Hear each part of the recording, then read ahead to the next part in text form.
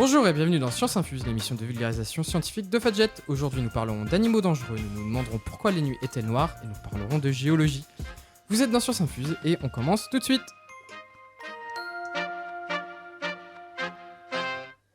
Salut tout le monde! Salut. Alors on commence tout de suite, cette émission bonus est disponible que sur YouTube avec Margot pour nous parler d'insectes. Alors oui, bonjour, effectivement nous allons aborder quelques anecdotes d'insectes. Alors déjà, il existe une multitude d'anecdotes chez les insectes, mais pas que. Si nous regardons autour de nous, chaque être vivant a sa particularité et son anecdote, mais aujourd'hui nous allons en aborder quelques-unes de nos amis les insectes, car oui, ces petits êtres vivants ne sont pas prêts d'arrêter de nous étonner. Commençons par la base. Qu'est-ce qu'un insecte ? Et attention, pas d'excuses l'équipe, parce que ma première chronique de cette saison rappelait ce que c'était. Ça a 6 pattes.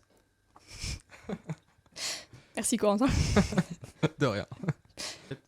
Un exosquelette.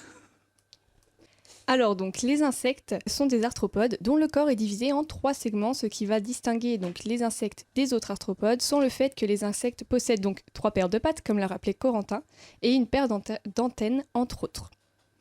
Ils ont effectivement un exosquelette, mais ça va être pour ma prochaine question. Donc question où normalement toute l'équipe répond directement, ou vous vous jetez presque sur le micro pour couper la parole aux autres, car vous l'avez tous. Qu'est-ce qu'un arthropode ? Abdomen, thorax et tête. Je Oui, l'ai. 3 segments. C'est un début.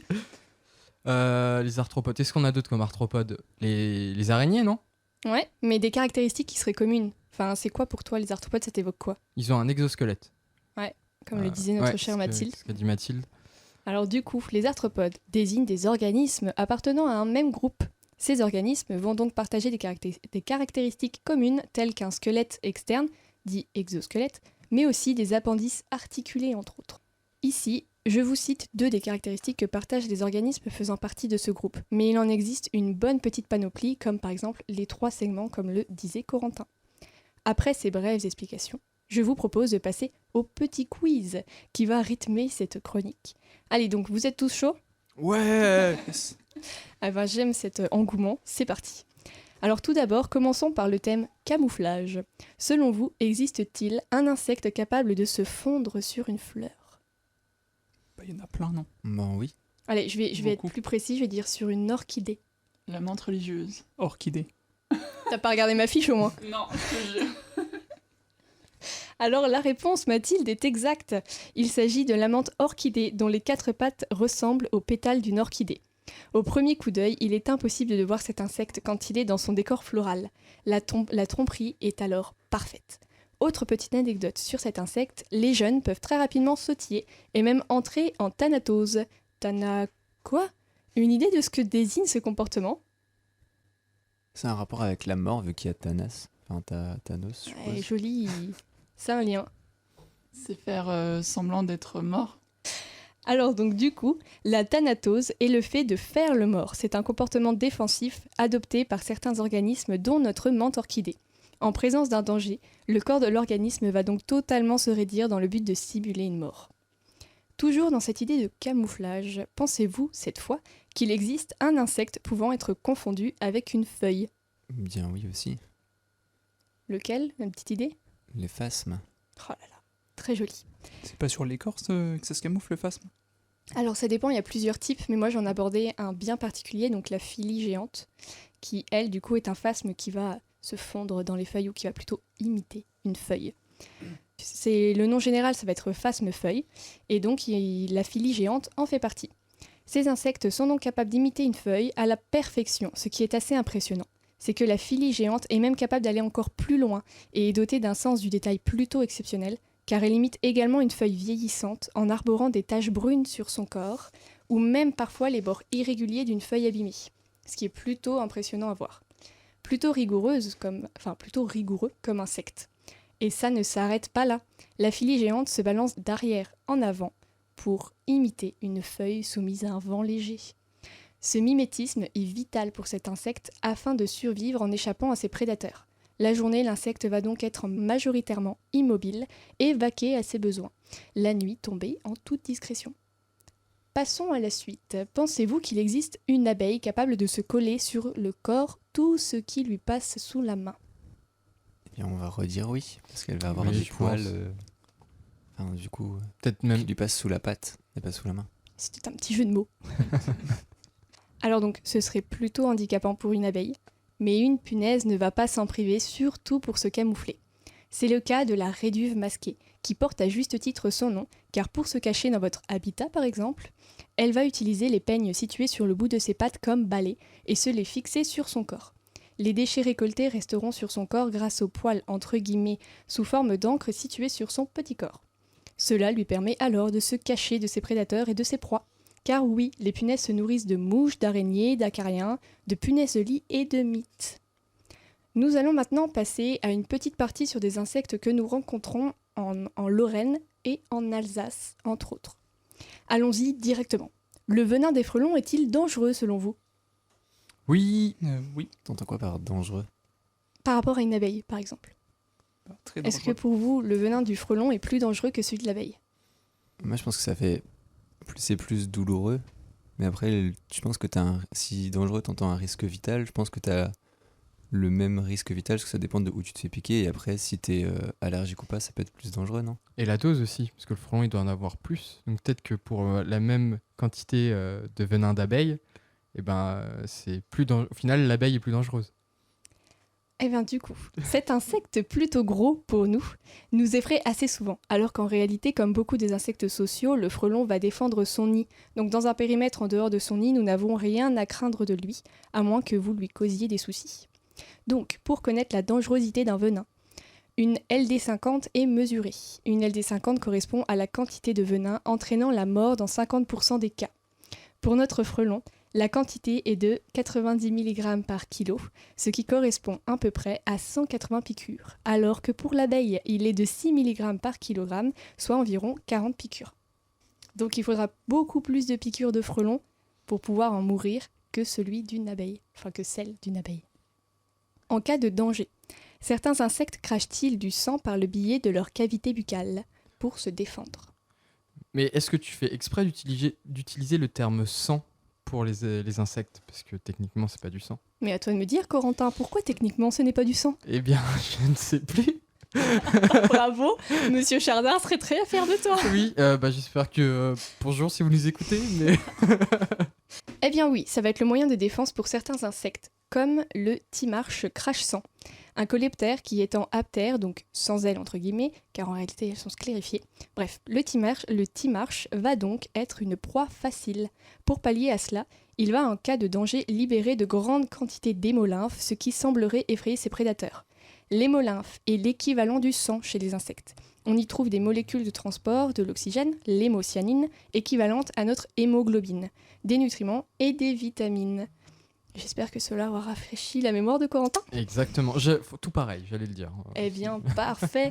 Et sur ce, j'espère que cet article, cette chronique, Juste pour rajouter, ça me fait penser à un animal qui s'appelle le lézard à cornes. Et lui, pour faire peur, il a des poches au niveau des yeux. Et il crache du sang par les yeux. Voilà. ah, c'est fou. Donc le lézard à épique. cornes, vous pouvez voir ça sur YouTube. Ah, franchement, les animaux ne sont pas prêts d'arrêter de nous étonner. Mais du coup, j'ai une question. Est-ce que le frelon, quand il pique, il perd le dard comme l'abeille ou c'est comme la guêpe, il peut piquer à volonté? Mais en fait, c'est comme la guêpe, donc il a toujours son dard et il peut piquer plusieurs fois. Et il faut savoir qu'en plus, son dard peut mesurer jusqu'à 35 mm, ce qui est assez gros. Et c'est pour ça d'ailleurs que la piqûre est plus douloureuse que celle d'une abeille, par exemple. Ce qui fait qu'on peut penser que c'est un peu plus dangereux. Et c'est pour ça que ça fait plus peur aussi. Exactement.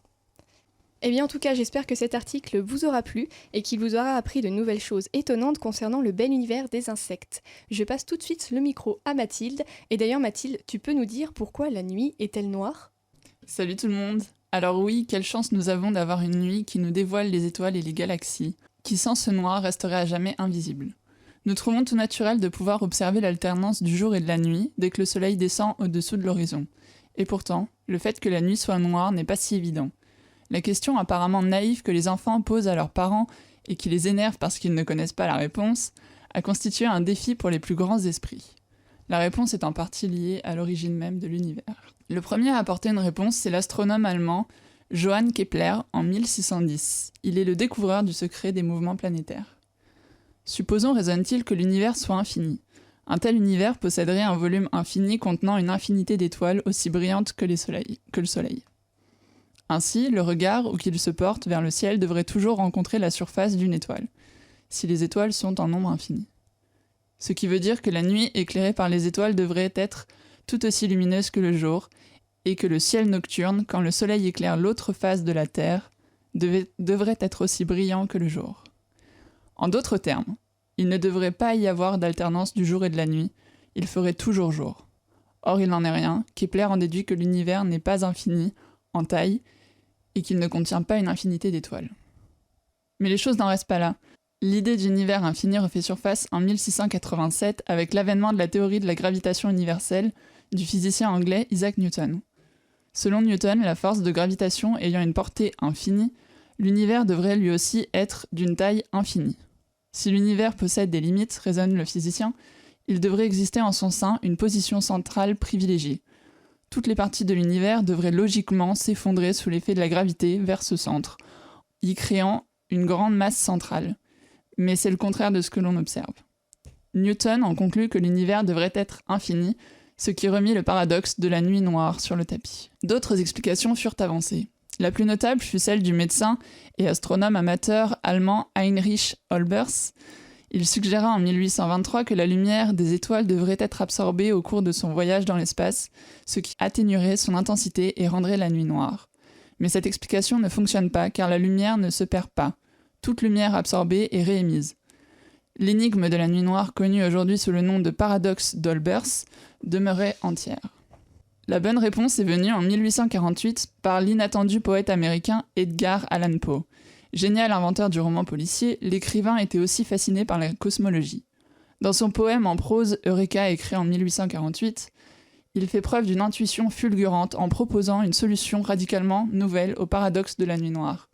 Il dit « Si la succession des étoiles était illimitée, l'arrière-plan du ciel nous offrirait une luminosité uniforme, comme celle déployée par la galaxie, puisqu'il n'y aurait absolument aucun point dans tout cet arrière-plan où n'exista une étoile.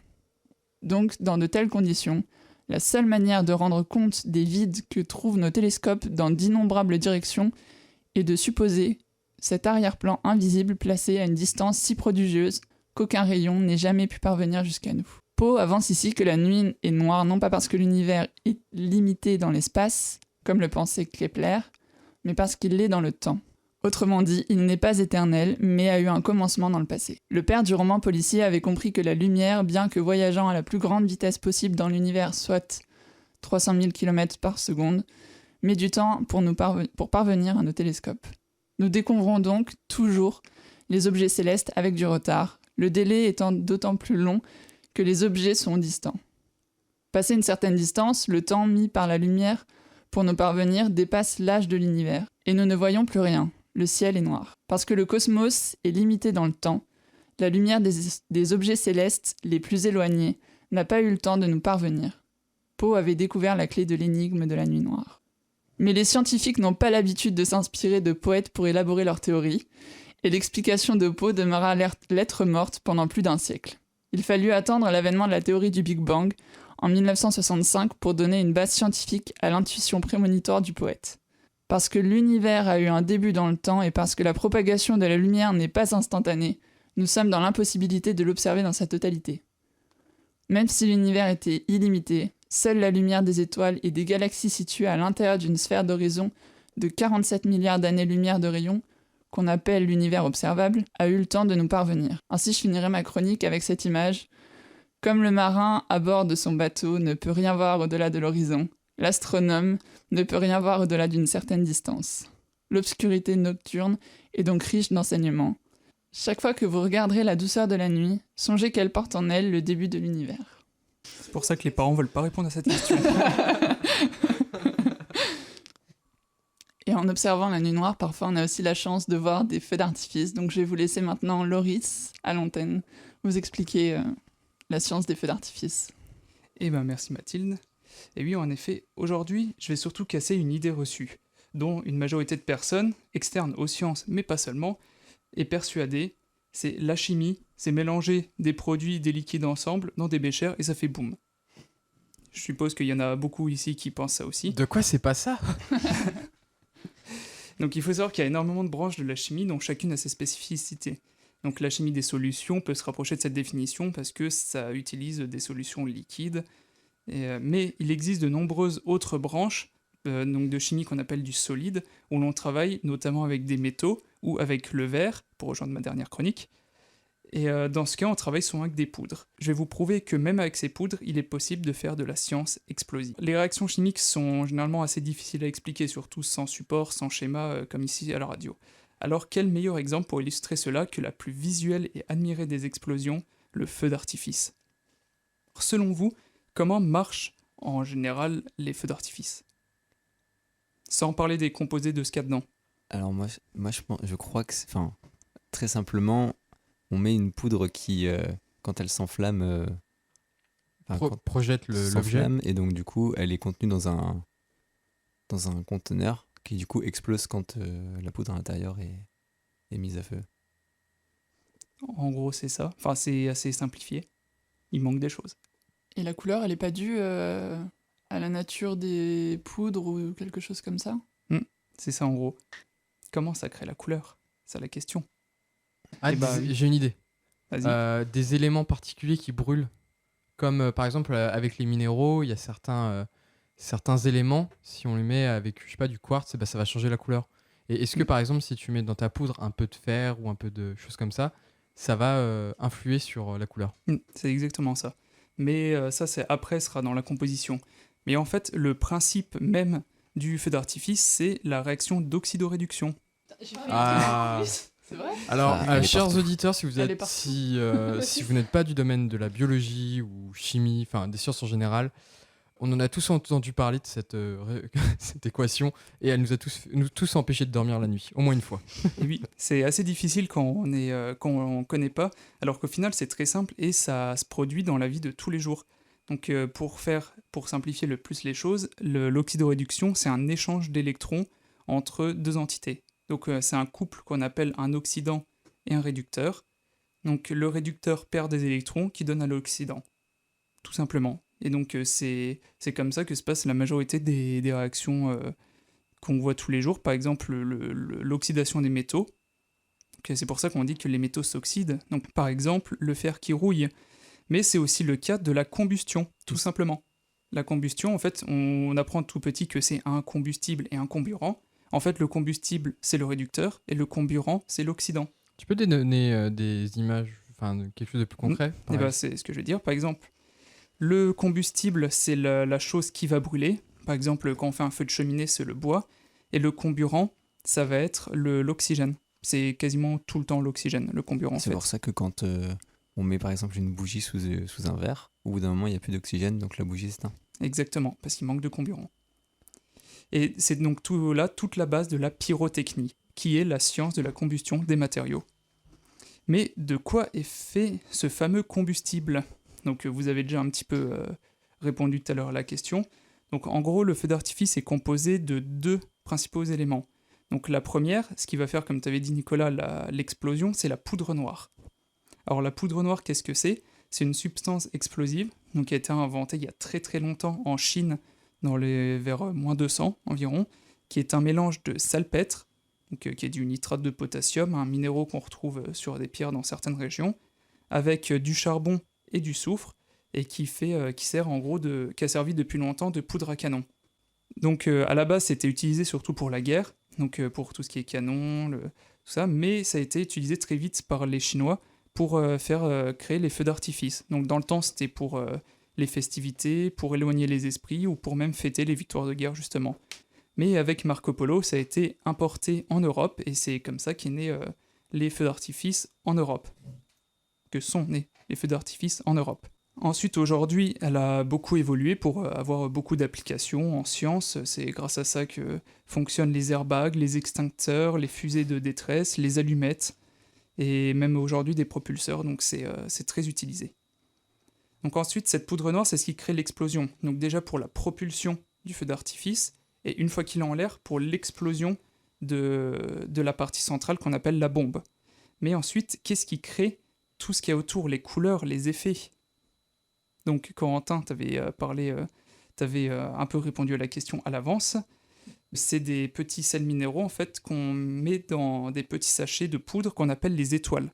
Donc on place les étoiles au milieu de la poudre, dans la bombe. Une fois que ça explose, ces petits sachets vont se consumer et par effet d'incandescence, donc un effet assez compliqué, ça serait très long à expliquer, mais en fait ils vont émettre de la lumière. Et la lumière va être émise selon le type de poudre qu'on met dedans. C'est très souvent des sels métalliques. Pour donner des exemples, si on met du potassium, ça va faire du violet, le cuivre va donner du bleu, le sodium va donner du jaune, etc. Et certains vont faire des effets. Par exemple, si on met des petits grains d'aluminium, c'est ce qui va donner les étincelles dans le feu d'artifice. Le zinc va former de la fumée, et l'antimoine, donc qui est assez rare, un élément assez rare et très toxique par contre, va faire les effets de scintillement. Et c'est donc là toute la magie du pyrotechnicien, c'est que chacun a sa petite recette pour créer une palette de couleurs toujours plus variée, et ce qui rend chaque feu d'artifice unique. Et aujourd'hui, il y a tellement de recherches là-dessus, il y a tellement de mélanges de composés qu'un feu d'artifice peut atteindre jusqu'à 70 composés différents pour avoir l'effet, la couleur voulue et la disposition après dans l'espace. Mais j'ai juste une petite question. Tout ce qui est, on va dire, envoyé dans les airs, tout ce que tu viens de dire, tous les composants, notamment les métaux, c'est entièrement composé, décomposé après, avec les différents principes. Et bien justement, on vient sur la dernière partie de ma chronique. Oh là, vous êtes trop fort aujourd'hui. Donc maintenant, j'ai parlé surtout de l'antimoine qui fait par exemple le scintillement, tout ça, mais qui est assez polluant. Et donc c'est là que vient un sujet assez controversé, c'est que les feux d'artifice ont un grand impact néfaste sur l'environnement. Premièrement, pour la pollution de l'air et de l'eau, qui nous touche personnellement, nous, la faune et la flore. Donc c'est qu'après combustion des fusées, il y a tout ce qui est métaux, aussi le soufre qui est contenu dans la poudre noire, et tous les autres composants chimiques se propagent dans l'air. Et une fois la retombée, ça se propage dans les cours d'eau. Ça pollue un petit peu les nappes phréatiques, tout ça. Donc c'est en petite quantité, ça dépend de la taille du feu. Mais plus c'est en grande quantité, plus ça va polluer.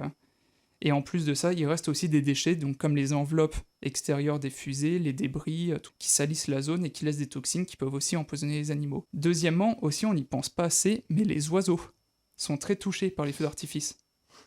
Ils ne sont pas très fans de ces festivités, car l'explosion d'un feu d'artifice près d'un groupe les fait paniquer, ils s'envolent et parfois s'écrasent contre des obstacles. Donc c'est assez bête à dire, mais il y a beaucoup d'oiseaux qui meurent comme ça. Et même s'ils arrivent à s'enfuir, qu'ils ne meurent pas, ils sont déboussolés et épuisés, car ils s'enfuient, ils continuent de voler et ne se posent pas avant longtemps. Car un feu d'artifice peut s'entendre jusqu'à 40 km à la ronde. De cette manière, des centaines de milliers d'oiseaux peuvent être impactés par un seul feu d'artifice, soit des millions d'oiseaux au moment des fêtes de fin d'année ou du 14 juillet.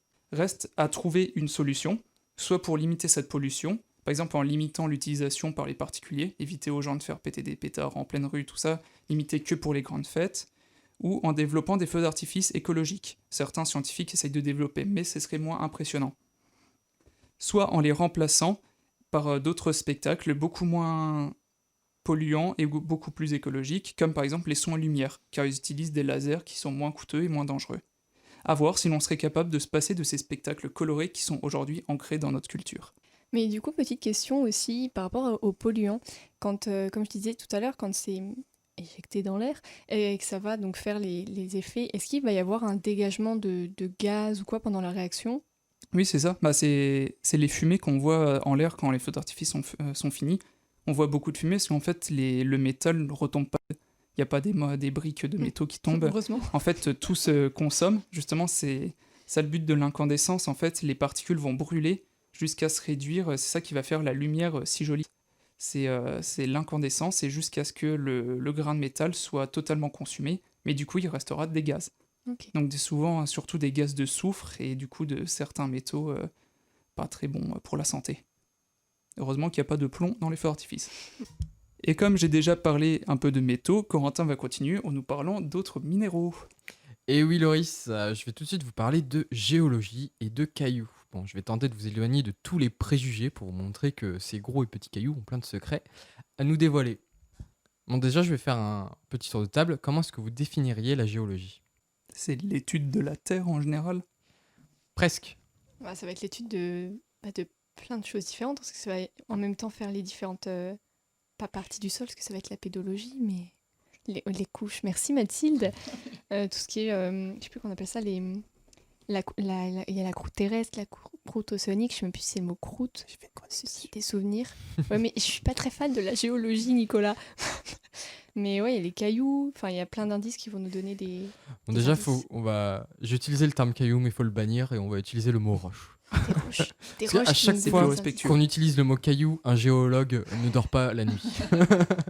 Ça se rapproche beaucoup de ça. Donc la géologie, c'est une science qui étudie la structure et l'évolution de la croûte terrestre. Donc c'est la surface. Ah, c'est tu dis pas en dessous.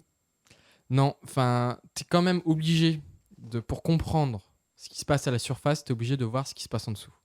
Mais c'est vrai que elle m'a fait tiquer aussi cette définition, mais je suis pas là pour parler de ça. Mais c'est vrai que la définition, elle n'explique pas tout ce qui est manteau, noyau, et enfin, c'est un autre débat. On en reparlera peut-être dans une prochaine chronique. Surtout qu'en enseignement, quand on fait ce qu'on appelle de la géologie, on voit justement le manteau. exactement. Enfin, Mais, on voit tout ça. mais j'ai pas trouvé d'autres définitions qui prenaient en compte. Donc voilà, ça m'étonne. Donc la croûte terrestre, c'est la surface de notre planète, et cette partie fait de 10 à 30 km de profondeur. Et pour vous donner un ordre d'idée, à votre avis, combien est la profondeur de la Terre? C'est pas 800 km. On est plus en milliers. Ah, c'est ce que j'avais demandé. Oui, ouais. putain, j'ai oublié le 1000. Bah 800 000 du coup. 800 000 C'est 20. combien une année-lumière déjà? 20 ou 30? Je sais plus 1000. du tout. 20 ou 30 000? Ah non, on n'est pas aussi... Alors, le point le plus profond, il est à 6378 km. Ah. Mais c'est quand même pour dire que, d'après cette définition, c'est vrai qu'on n'utilise que la surface. Donc, comme je le répète, la croûte terrestre, elle fait de 10 à 30 km. Donc, cette croûte, elle se divise en deux parties. On a la croûte continentale, donc ce sont les terres émergées, donc là où on a tous nos pieds, normalement, et les croûtes océaniques. Donc, c'est tout ce qu'il va y avoir au fond des océans, mers, et la différence principale, c'est la densité. Donc, par exemple, la croûte continentale, elle a une densité de 2,7 et la croûte océanique en a une de 2,9. Ce qui explique pourquoi la croûte océanique est en profondeur et que la croûte continentale est au-dessus. Sur cette écorce terrestre, nous avons trois types de roches. Les roches magmatiques, les roches métamorphiques et les roches sédimentaires. Mais qu'est-ce que sont les roches magmatiques, Nico? Je suis sûr que tu sais. Moi je sais, mais faut demander aux autres. Comme pour les 6300 km. Ok, est-ce que quelqu'un a une idée ou pas? C'est des roches volcaniques, du coup, j'imagine. Alors, les roches volcaniques sont des roches magmatiques. D'accord. Il y a une différence. Tout est dans le titre. Ce sont les roches qui proviennent d'un magma. Un magma, c'est une roche qui est fondue. Suivant où ce magma va se refroidir, on va avoir différentes roches qui vont apparaître. Donc, si le magma se refroidit rapidement, et généralement à la surface, par exemple au contact de l'eau, c'est ce qu'on appelle une roche volcanique. Et dans les roches volcaniques, comme le refroidissement va être rapide, et ben les cristaux, les minéraux, n'auront pas le temps de cristalliser. Ce qui fait qu'on aura plein de petits cristaux qui ont commencé à se cristalliser et avec avec du verre pour rejoindre ta chronique. Une roche amorphe. Exactement. A l'inverse, si le magma se refroidit lentement et en profondeur, les cristaux pourront mieux se cristalliser et c'est ce qu'on appelle une roche plutonique. C'est pas dû à l'alignement des atomes qu'on trouve dans les roches? C'est ça C'est ce qui permet. Cristalliser, parce que quand c'est tu ça. dis cristalliser, du coup... Cristalliser, c'est justement les éléments qui s'alignent bien pour Ok. te donner des cristaux. Donc plus ils ont le temps, plus ça s'aligne bien. C'est et... ça. Ok, et plus ça fait des jolis cristaux. Exactement. Ok. Ensuite, on a les roches sédimentaires. Donc là, il y a beaucoup de choses à dire, mais je vais la faire très succinctement. Donc ça provient de l'accumulation de sédiments, et les sédiments, c'est des particules comme le sable qui finissent par se déposer, et qui, suivant les conditions où ils se déposent, ils vont se solidifier, et c'est ce qui va nous donner une roche sédimentaire. Par exemple, il y a une roche qui est très connue, en roche sédimentaire, on a le grès vosgien. Et il y a plusieurs origines, donc on peut avoir, autant ça peut provenir de l'érosion d'un granit, ou ça peut venir aussi de l'érosion de squelettes calcaires, de squelettes en général, d'animaux océaniques. Par exemple, la craie, ça vient d'un plancton qui s'appelle les coccolithes. La craie, genre comme. Oui, la craie, D'accord. c'est les restes d'animaux. Ok, Ouais, ah ça bah, me c'est surprend. sympa. Genre les falaises de craie et tout ça, c'est du plancton. Oui, et ça indique qu'il y avait du coup une zone océanique. Mais c'est dingue qu'il y en Avant. ait autant. Bah oui, parce que ça, Enfin- ça se dépose sur des millions d'années et les océans en sont remplis. Ah, ok. Bah, je savais pas. Enfin, je trouve ça impressionnant. Faut se dire qu'à l'école, on écrit avec des fossiles d'animaux, du coup. Exactement. Qu'on étale sur des tableaux. C'est ça. Ensuite, nous avons les roches métamorphiques. Donc, ce sont des roches qui ont été modifiées à l'état solide sans passer par un état liquide, sinon ce serait une roche magmatique. Les différents types de roches, magmatiques et sédimentaires, peuvent devenir métamorphiques. Même une roche métamorphique peut changer en une autre roche métamorphique. Donc, ces différents changements se font via des modifications de la température et de la pression, suivant les contextes géologiques. Et c'est ce que nous allons voir rapidement. Et c'est maintenant que nous allons parler du cycle de Wilson, ou de la dérive des continents. Donc, ce cycle dure au minimum 400 millions d'années, et on part d'un supercontinent comme la Pangée, qui est l'exemple le plus connu au final de supercontinent. Et ensuite, le continent va se séparer, puis les différentes parties vont se rentrer dedans pour reformer un supercontinent. Et donc oui, malgré ce que l'on entend souvent la Pangée, elle n'a pas été le seul supercontinent qui est apparu, puisque nous supposons que ce cycle s'est fait de 8 à 12 fois. Voilà. Mais du coup, la Pangée, c'était le premier ou genre c'était le dernier? C'est le dernier qu'on a connu. D'accord, oui. Enfin, qu'on a connu, non, mais c'est le dernier dont on a les traces. C'est le plus D'accord. récent. Mais comment avons-nous compris qu'il y avait un déplacement des continents? Donc les scientifiques y sont servis de 4 arguments. Des arguments géographiques, géologiques, climatiques et paléontologiques. Donc l'argument géographique est tout bête, puisque c'est la forme complémentaire des continents qui a donné l'exemple. Par exemple, quand vous regardez... qui a donné des indices. Par exemple, quand vous regardez les côtes d'Amérique du Sud et d'Afrique, on voit bien qu'elles se rejoignent bien si on les colle, comme un puzzle. En argument géologique, donc nous avons trouvé ce que l'on appelle des cratons. Donc, ce sont des vieilles roches à la surface des continents qui ont subi plusieurs cycles et qui se rejoignent quand même comme un puzzle. Pour les arguments climatiques, c'est comme les cratons, sauf que ce sont des traces d'anciennes glaciations qui se recoupent un peu partout. Par exemple, en Afrique du Sud, pas le pays, mais la deuxième partie de l'Afrique, nous avons des traces d'une ancienne glaciation, pareil au sud de l'Inde et au sud de l'Australie. Et on retrouve ces mêmes traces sur le continent antarctique. Donc coïncidence, je ne crois pas. Enfin, nous avons l'argument paléontologique, c'est-à-dire que nous avons découvert plusieurs fossiles d'individus de la même espèce animale ou végétale sur divers continents. Et lorsqu'on les colle, ces continents, on reconstruit des aires géographiques de ces fameuses espèces. Suivant le moment dans le cycle de Wilson, on va trouver les différentes roches que je vous ai énoncées. Donc, en plus des indices des déplacements des continents, toutes ces roches nous donnent des indices sur le passé, le présent et le futur d'une zone géologique. Elles retracent son histoire et donc par continuité, elles retracent aussi l'histoire biologique. La géologie est primordiale dans la compréhension de notre environnement. Actuellement, nous parlons beaucoup d'écologie, de protéger le monde animal et végétal, mais n'oublions pas que pour comprendre et bien réagir à ces problèmes, il faut s'intéresser au décor de la pièce de théâtre que l'on appelle la vie. Et en parlant de la vie sur Terre, je vous laisse tout de suite avec Nicolas qui va nous parler des animaux dangereux. Et oui, bonjour tout le monde, vous êtes peut-être en vacances en train de vous baigner à la mer et vous vous dites « Oh non, j'ai peur de me faire manger par un requin ». Alors, est-ce que vous savez combien d'hommes meurent chaque année à cause d'attaques de requins dans le monde ? Toutes les 2 secondes.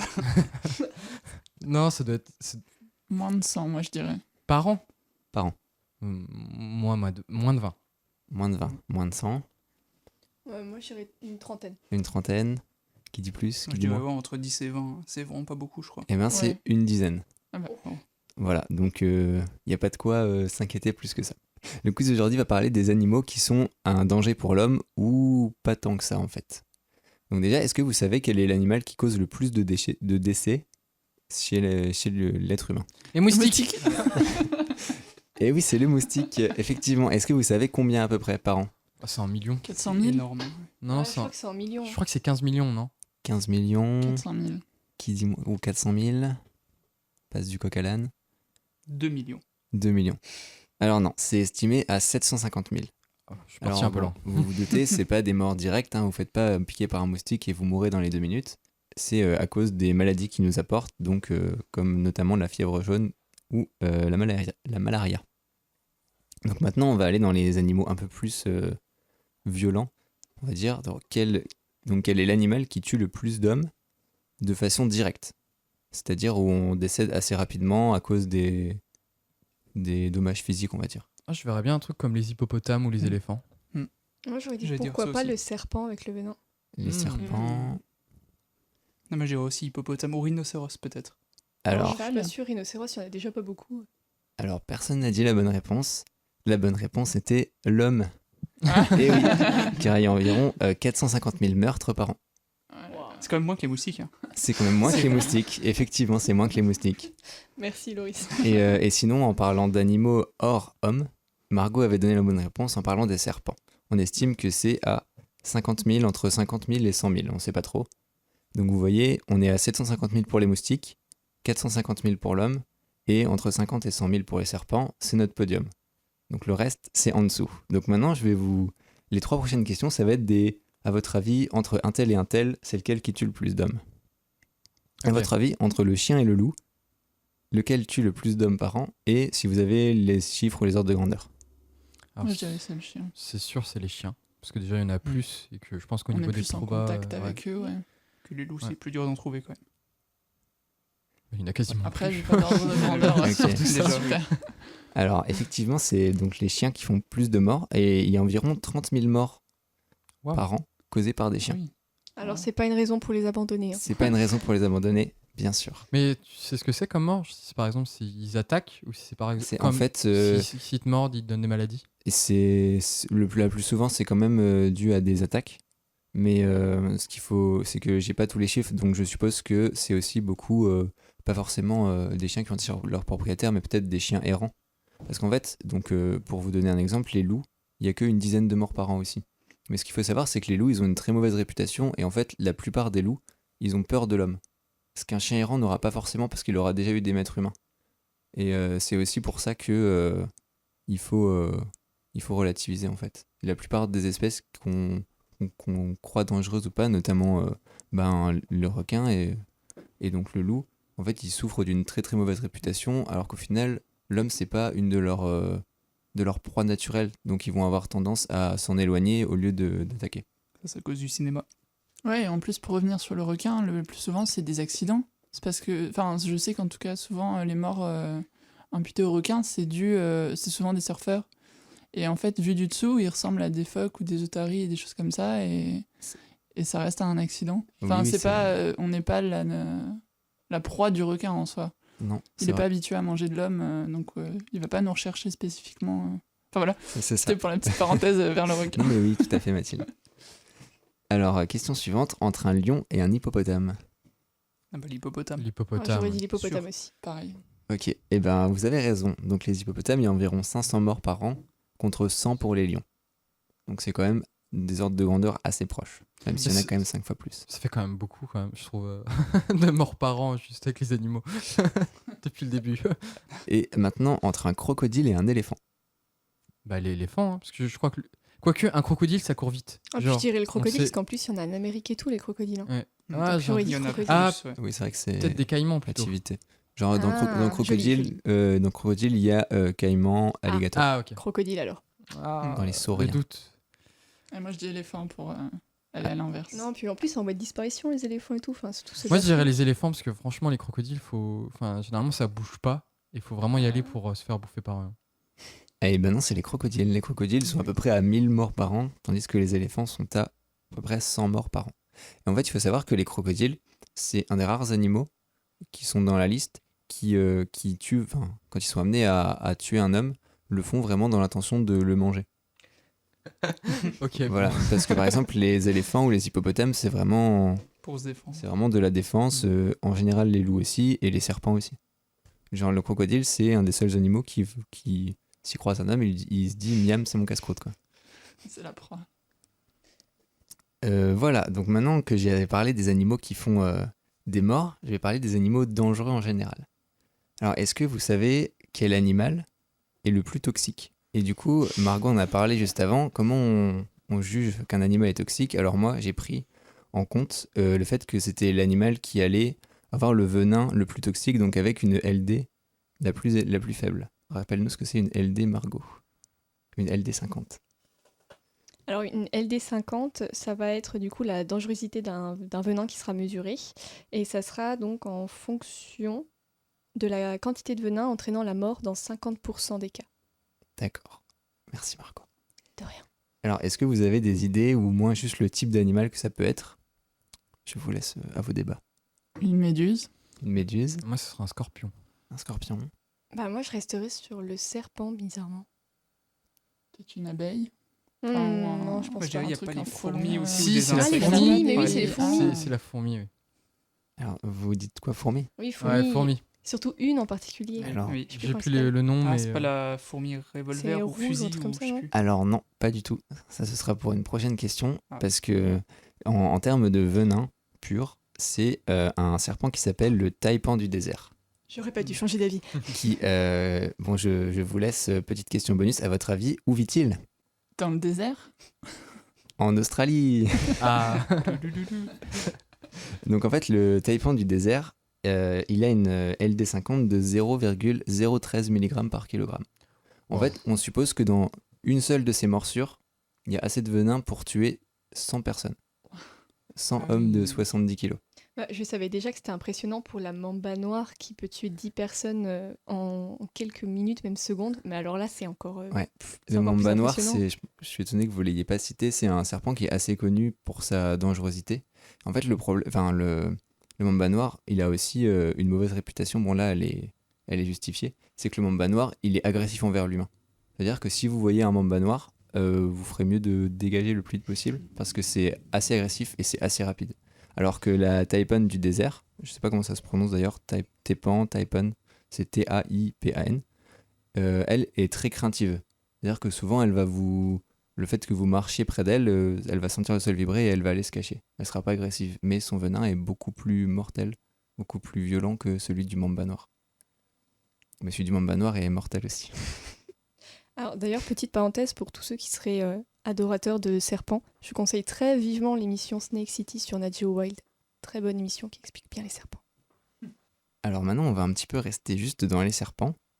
Et alors, vous avez entendu que les serpents, c'était, on va dire, l'animal après le moustique et l'homme qui fait le plus de morts par an.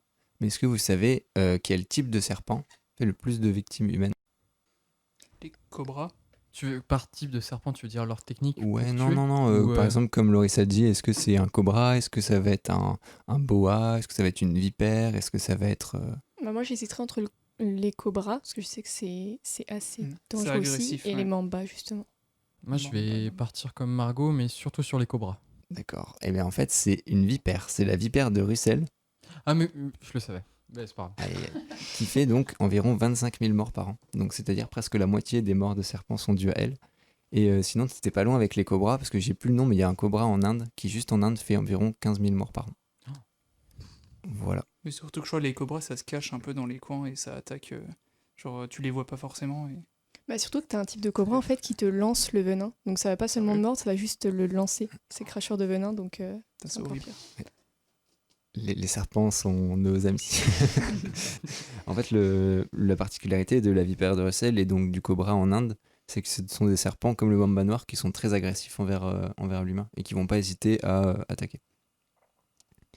Et donc, dernière petite question bonus, spéciale Margot, car ça concerne des insectes qui sont dangereux, mais il y a un scientifique qui s'appelle Schmidt qui a fait une échelle de douleur et qui a classé les insectes en fonction de leur piqûre ou de leur morsure, de la moins douloureuse à la plus douloureuse. Et donc, quel est l'insecte qui est le tout en haut de l'échelle de Schmidt? Alors, il faut Une déjà fourmi. savoir qu'en plus, il les a fait sur lui-même, les Il se piqûres. l'est testé. Donc voilà. Oh là là.